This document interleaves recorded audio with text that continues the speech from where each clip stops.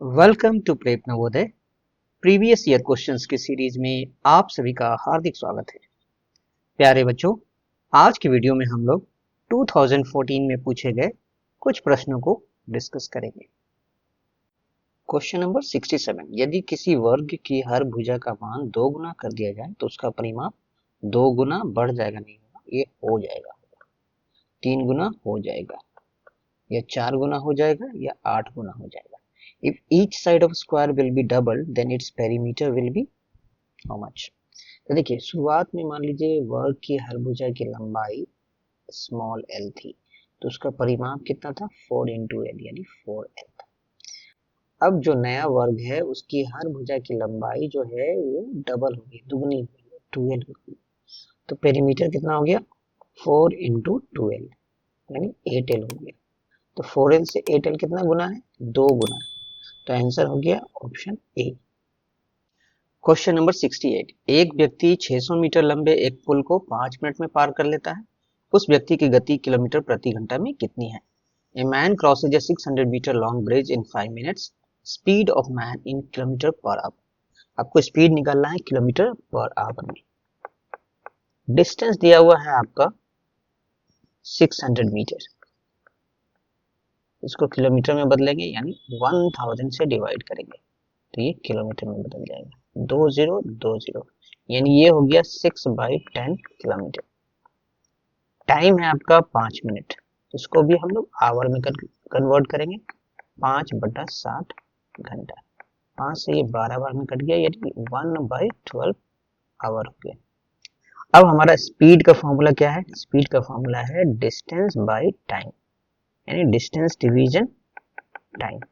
Distance कितना है? 6/10 division 1/12, तो ये हो जाएगा 6/10 डिवीजन इंटू में कन्वर्ट हो जाएगा, ये हो जाएगा 12।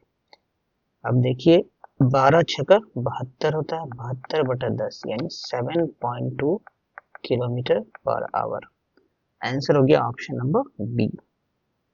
क्वेश्चन नंबर 69, एक व्यक्ति 8 घंटा प्रतिदिन काम करते हुए किसी काम को 12 दिनों में पूरा कर लेता है। यदि वह प्रतिदिन 6 घंटे काम करेगा तो उस काम को कितने दिन में पूरा कर लेगा? A man does a work in 12 days, working 8 hours per day. If he does work 6 hours per day, what would be the number of days taken by him? देखिए, वो हर दिन 8 घंटा काम कर रहा है, 12 दिन में कंप्लीट कर रहा है, यानी कितने घंटे का काम है? 8 घंटा पर डे और 12 दिन में कंप्लीट कर रहा है, यानी 96 आवर का काम है। और वही आदमी कर रहा है, यानी अभी भी 96 आवर ही लगाएगा, लेकिन अब वो हर दिन 6 घंटा कर रहा है। अगर x दिन में वो कंप्लीट करता है तो एक दिन में उसका 96 आवर कंप्लीट हो जाएगा। तो x दिन क्या होगा? x का वैल्यू निकालेंगे, 6 आवर को शिफ्ट करेंगे, तो 96 आवर इंटू 1/6 आवर हो जाएगा। 6 से ये 16 आवर में कट जाएगा, यानी 16 दिन में वो कंप्लीट करेगा काम को। राइट, आंसर हो गया option number C.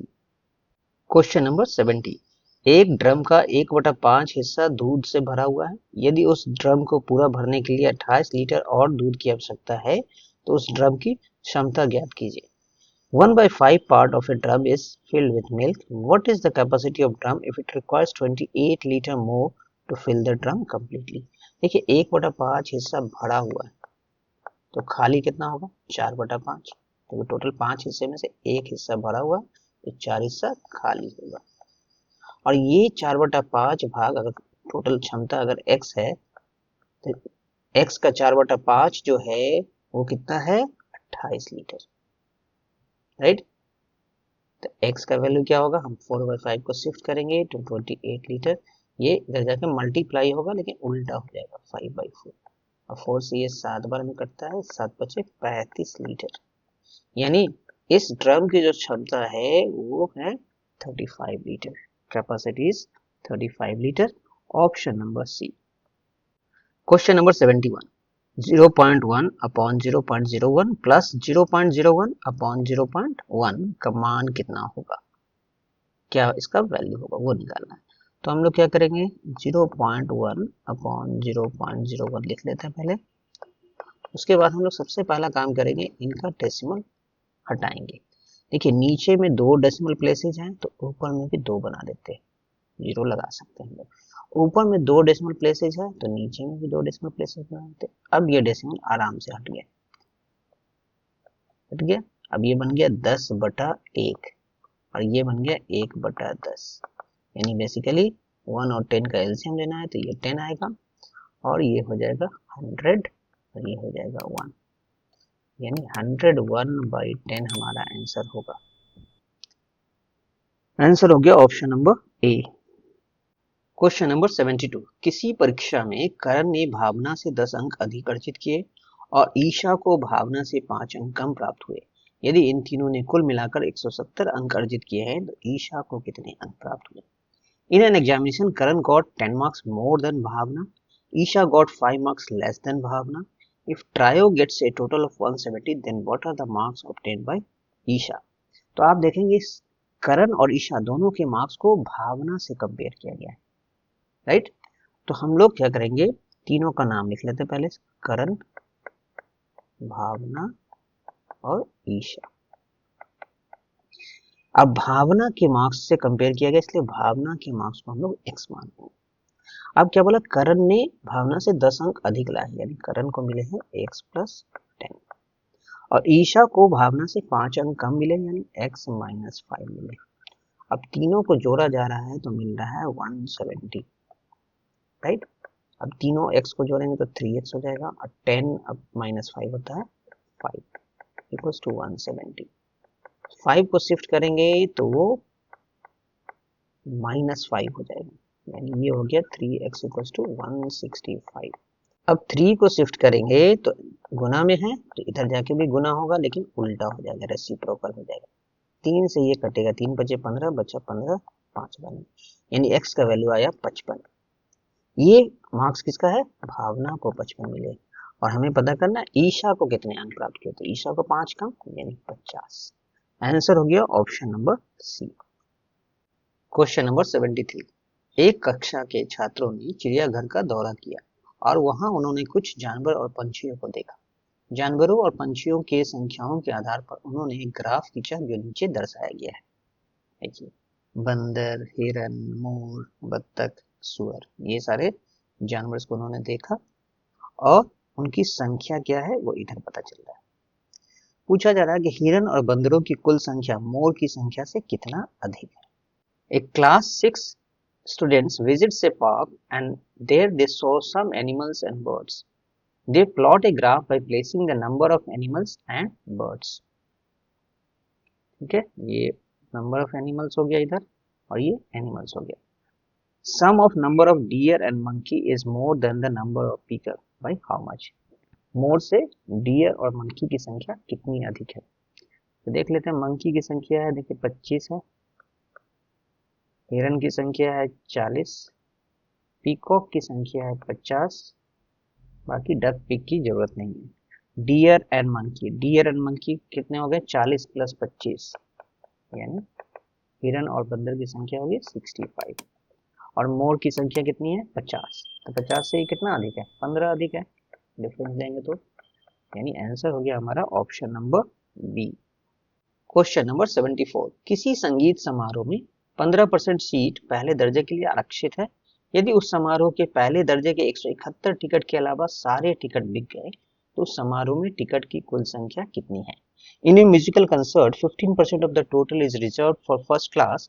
If all the tickets were sold except 171 tickets of first class, then how many tickets were sold? ये sold नहीं होगा, टोटल होगा। टोटल कितने टिकट थे ये पूछा जा रहा है, राइट। तो साफ पता चला कि अगर टोटल संख्या x थी तो x का 15% फर्स्ट पर दर्जे के लिए था और वो सारे नहीं बिके। कितने नहीं बिके, 171। यही था फर्स्ट क्लास के टिकट। x का मीन्स गुना 15% मीन्स 15/100, ये हो गया 171। तो x का वैल्यू क्या निकलेगा, 171 इंटू 100/15। जब शिफ्ट होगा ये चीज तो गुना तो होगा लेकिन उल्टा हो जाएगा, यानी रेसिप्रोकल हो जाएगा। 3 × 5 = 15, 3 से ये कटेगा, 3 × 5 = 15, 3 से 3, अब 5 से ये 20 बार में कटेगा, यानी हमारा टोटल टिकट होगा 57 × 20, 2 × 14, बचेगा 1, 2 × 10, 1 11, और ये बचेगा 1140 थे टोटल टिकट। आंसर हो गया option number C. Question number 75, एक दुकानदार कोक की हर बोतल के लिए 10 रुपए या 30 बोतल की एक क्रेट का 240 रुपए लेता है। वंदना को 185 बोतल खरीदने के लिए कितने रुपए चुकाने होंगे?